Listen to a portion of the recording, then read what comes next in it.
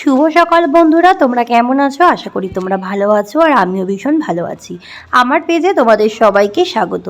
আজকে শুভ রাখি পূর্ণিমা, তো সকল দাদাদেরকে জানাই যে শুভ রাখি পূর্ণিমা।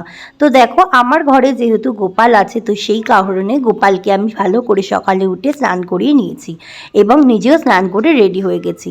তারপর গোপালকে স্নান করিয়ে নতুন জামা পরাচ্ছিলাম আর চিনি রাখি নিয়ে চলে এসছে। তো সেই কারণে চিনি যেহেতু রাখি পরাবে ওর দাদাকে, তো সেই কারণে ও হাতে গোপালকে রাখিটা নিয়ে রেডি হয়ে রয়েছে কখন পরাবে।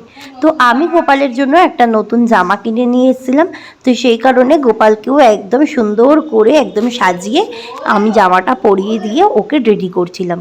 তারপরে আস্তে আস্তে ওকে রেডি করছি আর চিনি তো ভীষণ আনন্দ পাচ্ছে। ও ভাবছে যে আমি কখন রাখিটা পরাবো। যেহেতু ও খুবই ছোট, তো সেই কারণে ও পরাতে পারে না। তোকে আমি বলেছিলাম যে ও ধরে নিতে আমি পরিয়ে দেবো। তো ক্যাডবেরিটা একটা ওর বাবাই দুটো নিয়ে এসেছিলো, একটা ওর জন্য আর একটা গোপালের জন্য। তো ওর ক্যাডবেরিটাও অনেকক্ষণ আগেই খেয়ে নিয়েছে আর এই ক্যাডবেরিটাও হাতে নিয়ে রেডি করে রেখেছে ও কখন গোপালকে দেবে। তো সেই কারণে আমি এখন এখানে রাখিটাকে খুলে দিচ্ছিলাম। যেহেতু পিন দিয়ে আটকানো ছিল, তো চিনি রাখিটাকে খুলতে পারছিল না, আরও পারবেও না, তো ছোটো কী করে খুলবে। তো আমি তাই জন্য রাখিটাকে খুলে চিনির হাত দিয়ে গোপুর কাছে দিয়ে দিচ্ছিলাম। আর চিনি কিন্তু গপুকে ভীষণ ভালোবাসে। আর দেখো এখানে চিনি কি সুন্দর রাখিটা গপুর হাতে ধরিয়ে দিল। তারপর আমি আস্তে আস্তে গপুর হাতে আস্তে করে হালকা করে বেঁধে দিচ্ছিলাম। ও তো ছোটো আর রাখিটা হয়ে গেছে অনেকটা বড়, তো সেই কারণে আমি ওকে ছোট্ট করে হালকা করে ওর হাতে দিয়ে তারপর আমি গপুকে হাতের মধ্যে দিয়ে তারপর সাজাতে শুরু করেছিলাম। তো আমি ওর জন্য কিছু কিছু জিনিস রেডি করে রেখেছি, যেহেতু সামনেই গপুর জন্মদিন আসছে, সেগুলোকে তখন দেবো। আর এখন ওকে রোজ যেগুলো দিয়ে সাজাই সেগুলোই ওকে দিয়ে পরিয়ে সুন্দর করে সাজিয়ে নিচ্ছিলাম।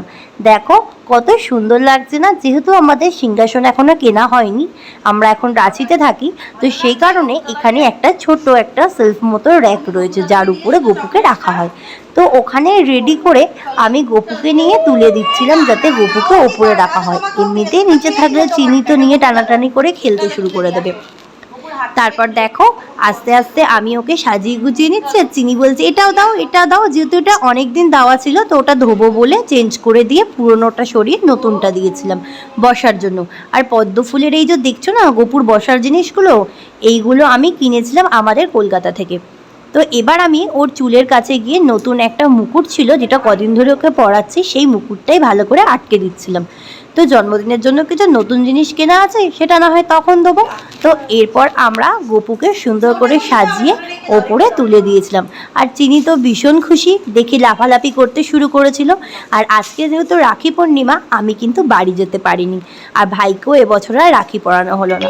তোমরা কারা কারা রাখি পরিয়েছো আর আমার গপুকে কেমন লাগছে অবশ্যই কিন্তু কমেন্টস বক্সে গিয়ে একটু জানিয়ে এসো।